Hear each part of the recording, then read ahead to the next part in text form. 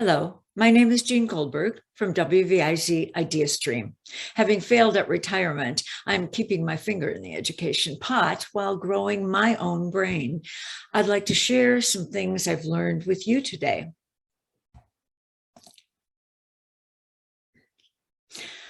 Knowing your time is valuable and this session is short, we're here because you are change agents.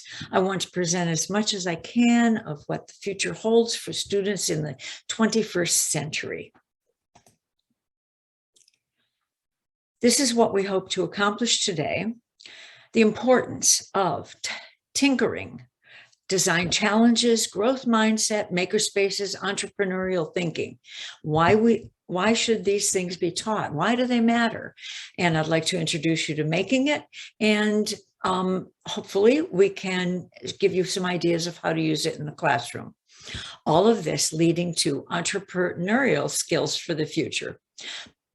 Before we begin, I'd like, in case you have reservations about the importance of what we will be presenting today, I'd like to bring attention to a very recent article from the Wall Street Journal. The headline is, Arizona State Eyes Enrollment Boost, 100 million by 2030. I will just give you mere details. Arizona is doing this through a free global education initiative that's going to be launched in April. The program will translate into 40 languages and be put online with the aim of reaching students in every corner of the globe. The courses will lead to global management and entrepreneurial certification. It's pretty impressive. That's all over the globe. The initiative will be rolled out to countries every year, different countries for the next 4 years. And this was created with the help of a $25 million gift from a US citizen who was of Iranian descent. He was an immigrant. So I think the importance of what we're going to hear today speaks for itself. Okay. Entrepreneurial skills and growth mindset. So if we were doing this as a live Zoom or even better, face-to-face, we would start with a quick design challenge. This can be done with kindergartners all the way to senior citizens. I'd ask you to grab a piece of paper and draw the truest circle you can on your paper. If you are in person with your students, you could hand out a circle copied on copy paper so that everyone had the same uniform circle. Your job would be then to interpret today's theme onto your paper. As a teacher, you could choose a theme relative to your curriculum or current events. For example, environment. I'd ask you to take a few seconds to think, and then you would have 4 minutes to draw. You could go in any direction, and afterward we would share. Design challenges offer so much for students. It introduces a theme. It has a time limit. It ends with a show and tell. Okay. You should look up the 30 circles activity online. Besides being a great warm-up exercise, these challenges offer a fast lesson about ideation. When you generate ideas quickly, you're balancing two goals: fluency, the speed and quality of ideas, and flexibility that are truly different and distinct. Here's another one. Draw a circle on a piece of paper with a dot in the middle without lifting your pencil off the paper. My challenge to you would be to keep track of how many papers it took you to solve this before watching the solution at instructables.com.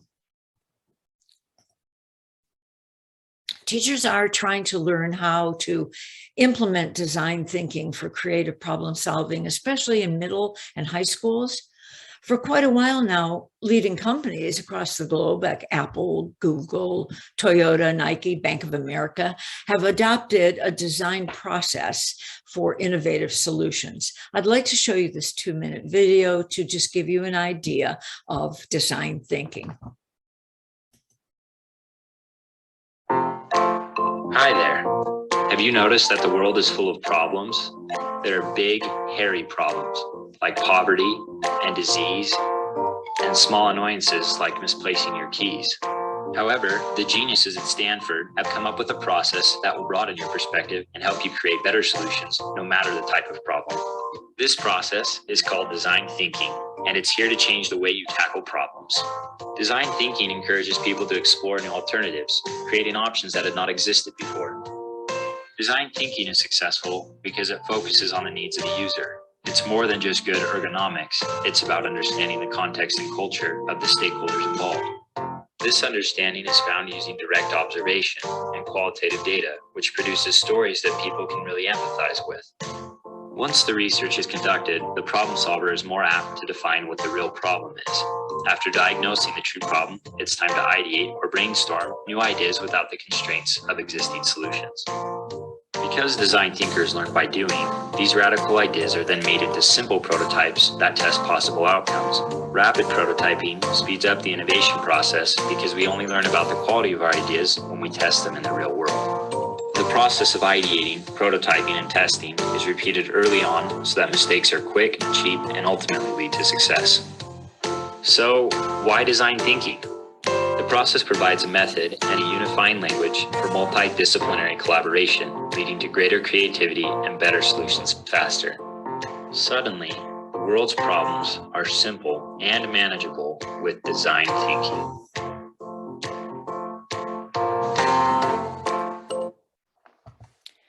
Just a brief overview of design thinking. I'd like to talk a little bit about my Uncle Rudy.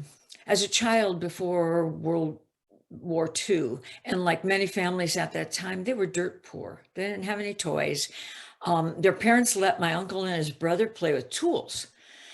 The neighbors gave them old broken stuff. They played with when they played, this was like the original take apart activity we find in teen library programs today. The brothers learned to fix things, toasters, small appliances, bicycles. And as an adult, all of this served my uncle well.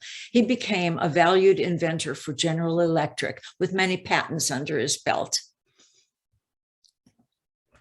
So we put together MakerSpaces to foster these new paradigms. Some of you have already designated MakerSpace areas, be it a small corner of your classroom or a whole lab in your school. So why? Why do we need to cultivate this? Because we are responsible for preparing young people to build successful lives in ever-changing environments where learning never stops. We need to make them adaptable and have a positive growth mindset.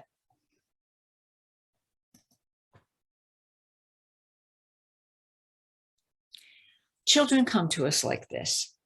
They're curious, experimenting, always learning, tackling difficult tasks with gusto.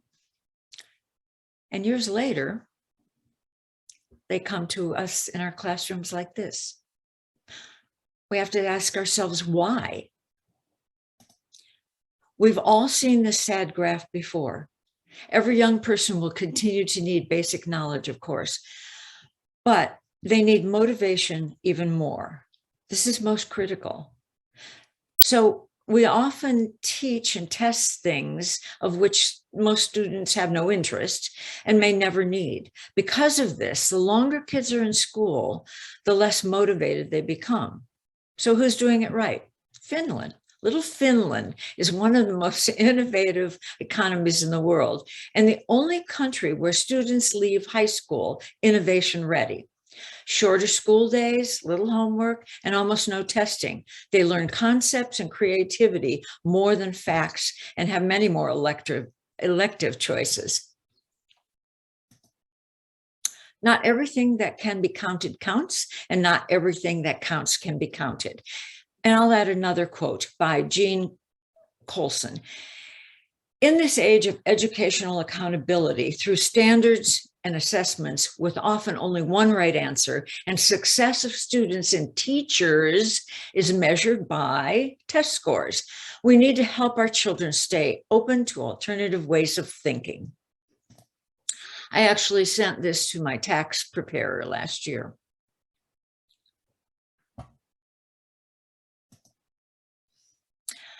I'd like to talk about mindsets now.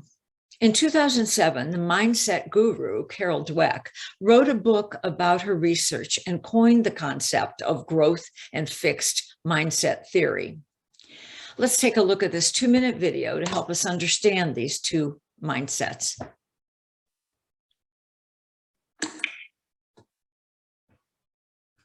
Researcher and professor Carol Dweck uses the term mindset to describe the way people think about ability and talent. Dweck delineates between two different mindsets that exist on a continuum. The first is the fixed mindset, which suggests that your abilities are innate and unchangeable.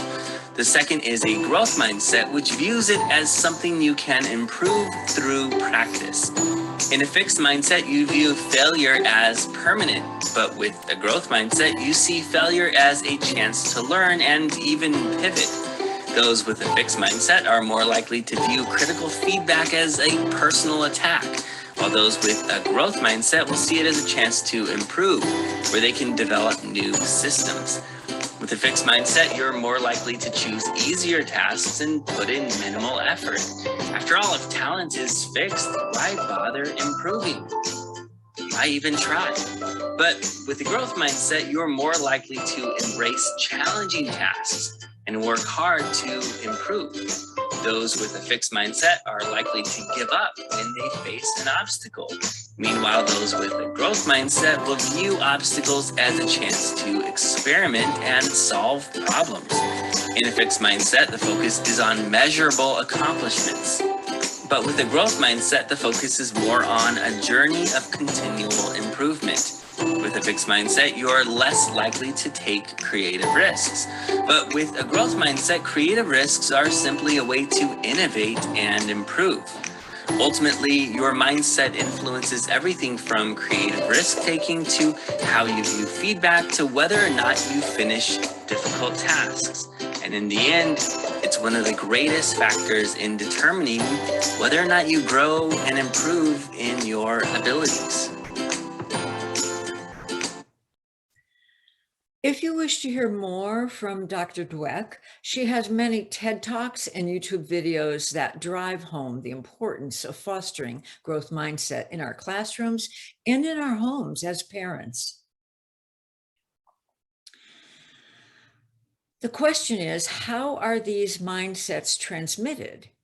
They come to all of us through the encouraging words given by parents, teachers, all adults.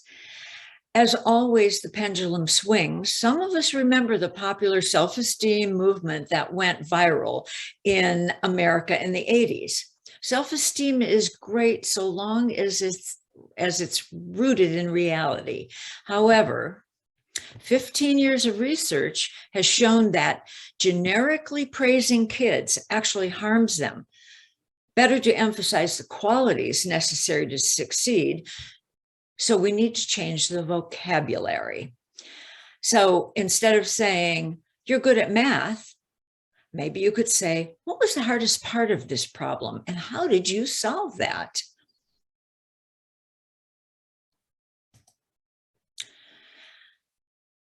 Education Week has an article with the headline, Growth Mindset Linked to Higher Test Scores and Student Well-Being in Global Study. So yes, we know that this is the learning process. The culture of practice to improve, of course, growth occurs over time. It's difficult to stick with it though, especially when you're young, exacerbated by the fact that we've been programmed to strive for good grades, high achievement, A's, grades. And if we fall short, we fall into the trap of saying, I'm not smart enough. I can't draw. I'm not good at math, when that is mostly not true. We simply haven't practiced enough. Perseverance. Steve Jobs stated it this way: I'm convinced that about half of what separates successful entrepreneurs from the non-successful ones is pure perseverance. Failure is an option. However, to embrace failure is to become vulnerable. Sneers from peers in school, judgments from coworkers. As Brene Brown points out, vulnerability is a strength, not a weakness. So, as we saw earlier, the way a child is praised impacts growth mindset. The power of yet. Being optimistic is part of the growth mindset. I can't do this yet, but I will with practice.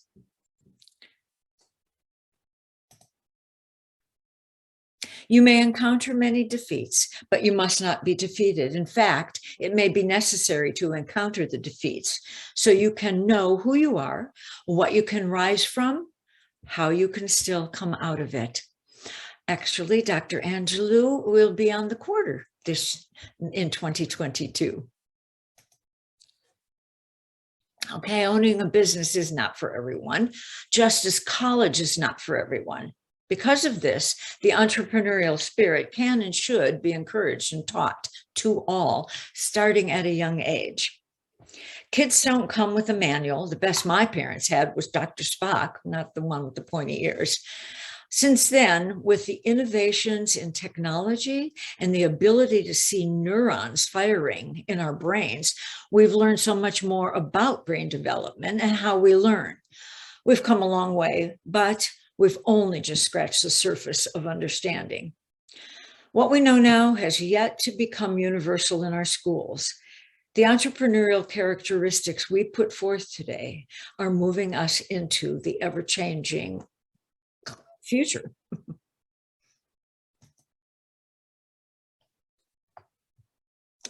I would like to drop that down. Thank you. I'm excited to show you this darling example design process. In this short video, students in Australia explain how they identified a serious problem, the little stinkers, and how they found its solution. So watch for some of what we touched on in this presentation: tinkering, design process, growth mindset, all of these leading to the development of entrepreneurial skills. It's a good thing that they captioned their video. It's a bit difficult to understand them.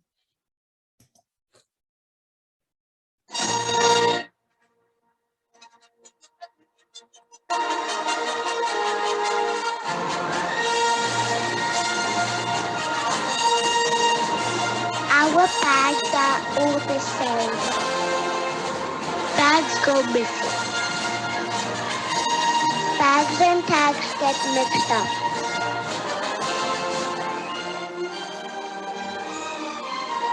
We keep mixing up our bags.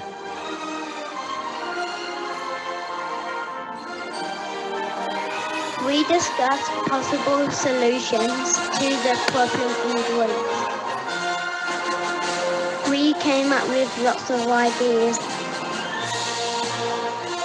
We discussed our ideas and voted on our favorites.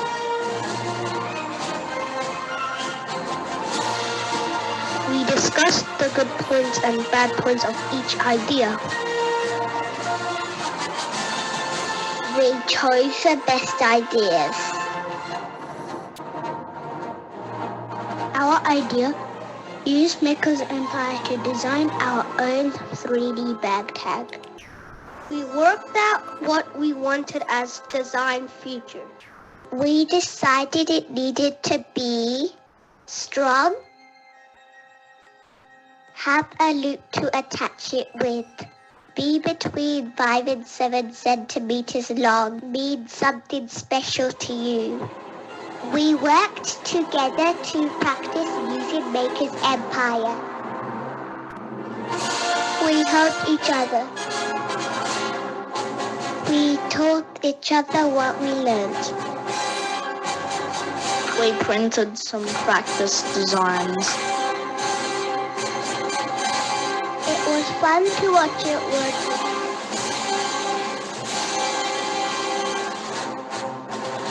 We discussed what worked well, what needed improvement, and gave feedback to each other.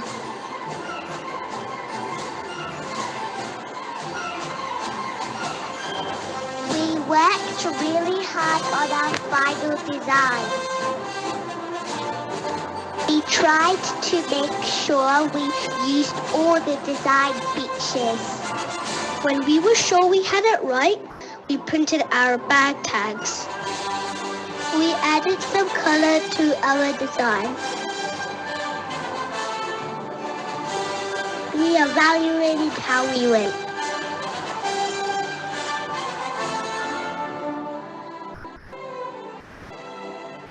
Our idea worked.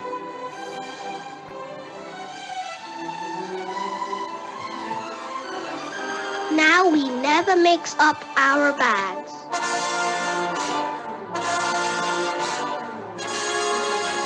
What we learned.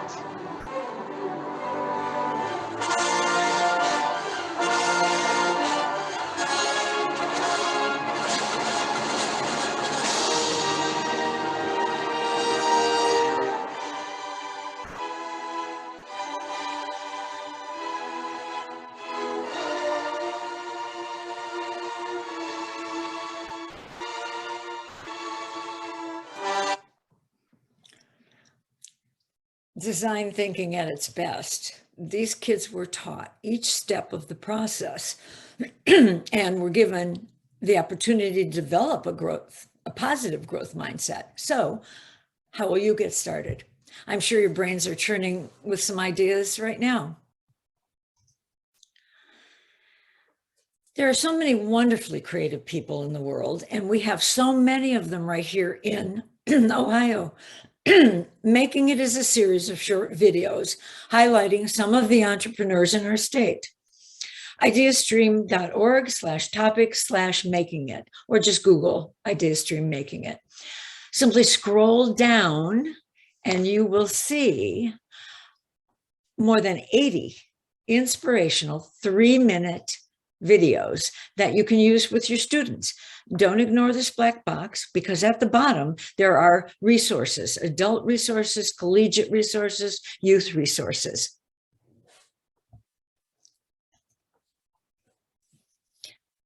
So here's an idea of how Making It can be used in the classroom. Today, I'll share 2 videos that introduce us to an entrepreneur and the small business that was created. You always need to give students a focus for media interaction. So here it is. As we watch each video, focus on identifying some of the concepts we covered today: design process, mindsets, entrepreneurial skills, along with what problem was addressed, how the product evolved, and what were some of the stumbling blocks. Meet an extraordinary mom, Andrea Pierce Neiman. I remember the Saks buyer came up to me and she goes, "We are so impressed with your line. We want you to come to New York and meet all the buyers." I was like, what? Is this April 1st, you know?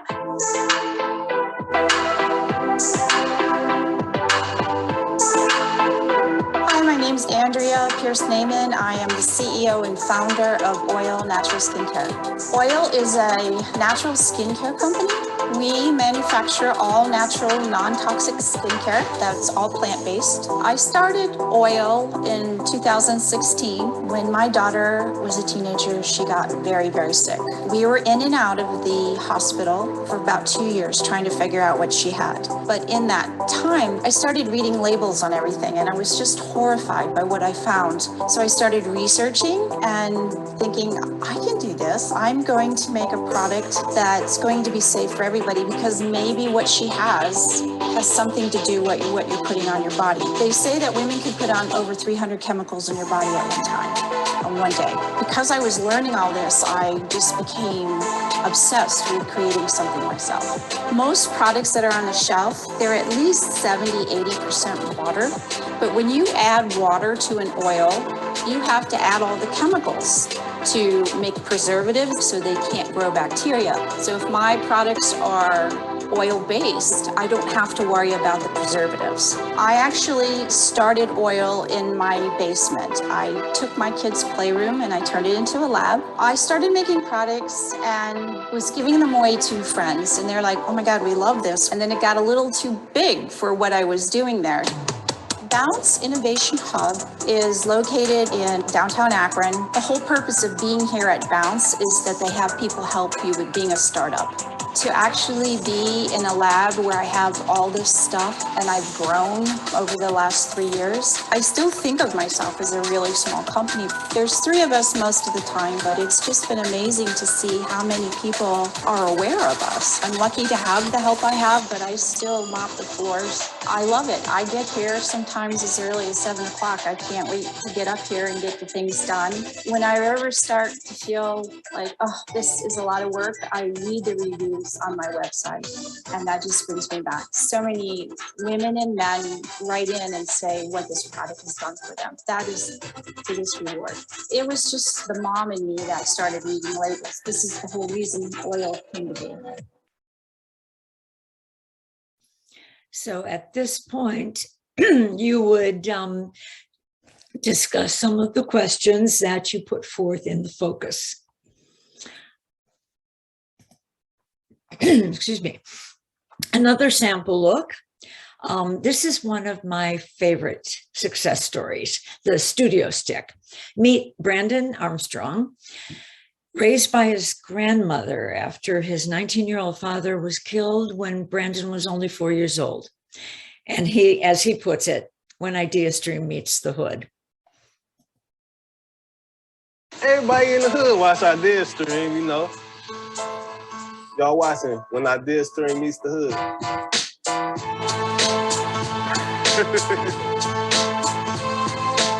My name is Brandon Armstrong, and I'm the inventor of the Studio Stick, the world's first portable recording studio for smartphones.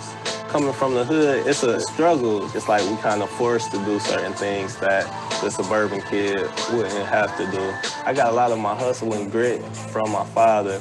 He was killed when I was around the age of 4. He had the hustle mentality in my family. You know, he used to sell a lot of things in the streets. So I think I took his hustle mentality and turned them into something positive.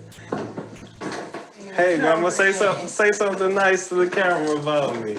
My grandmother, she taught me how to play a little piece of a song too. A lot of people don't know.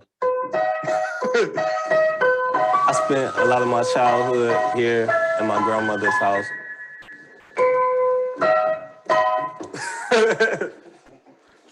Growing up, the house used to look a lot better than this. You want to play a song real quick, Grandma? No, so, I'm not a musician. My sister. Yes, you, Grandma. Oh, okay. Jesus, keep me near the cross. I definitely plan on getting my granny a new house once I blow up and get successful. There's a lot of houses in the hood like this.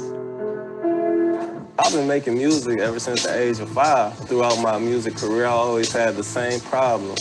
Not having enough money for studio time and not being able to capture my creative ideas, those moments that I was inspired. And the studio stick is the solution to all of those problems. One day I was in my room and I wanted to go to a recording studio. I really didn't have any money at the time, and I was thinking that there had to be a solution. And then I thought of the studio stick. All right, so here we go. The first prototype I made, it was actually out of a broomstick. I heard of a business competition at my school. Cardboard, carpet foam. I ended up winning $1,500 there, coat hanger, and duct tape. And ever since then, I've just been on the road with the product. We're in my office at Magnet, Manufacturing Growth Network. I actually won this office through a business competition called Inspire. The engineers here at Magnet helped me to get my product off the ground. The actual casing was 3D printed. The reflective filter prevents your voice from echoing around the room. The microphone instantly enhances the quality of recording, and the phone holder is where you put your phone to connect everything. This has been amazing, the different connections and people that I've been able to get from this thing. I was just on Steve Harvey not too long ago. Are you serious, sir? I actually met a producer for a television show with Steve Harvey and the producer liked my product, and I made it through.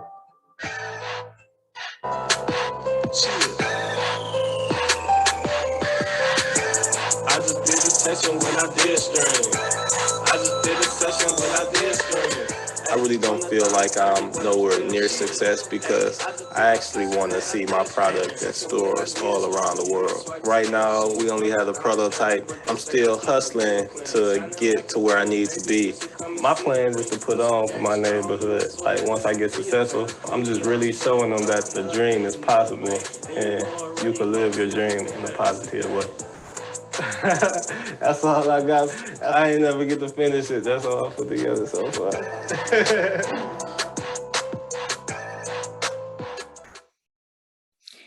So Brandon had the issue of not having enough money to go to the recording studio, and he solved the problem by going into his house and just picking up cardboard and sticks.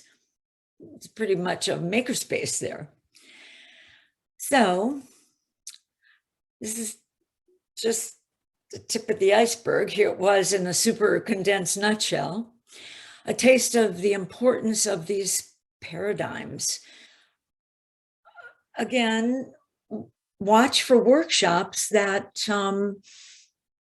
like entrepreneurial boot camps, MakerSpaces, Tinkercad, Raspberry Pi, growth mindset, design process, and so much more. And we offer those things at IdeaStream.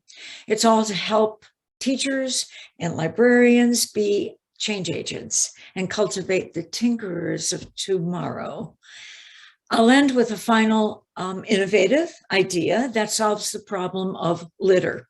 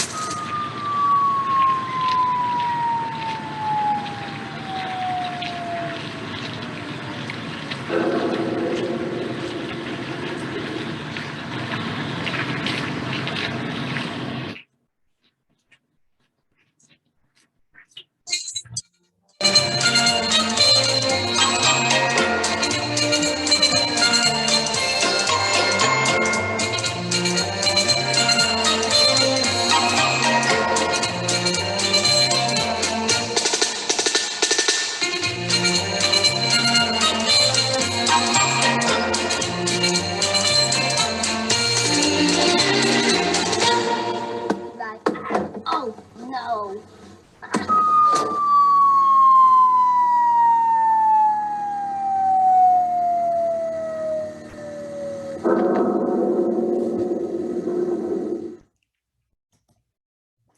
So thank you very much for being here. That was a change agent trash can, and you are change agents for the children of our future. Thank you very much.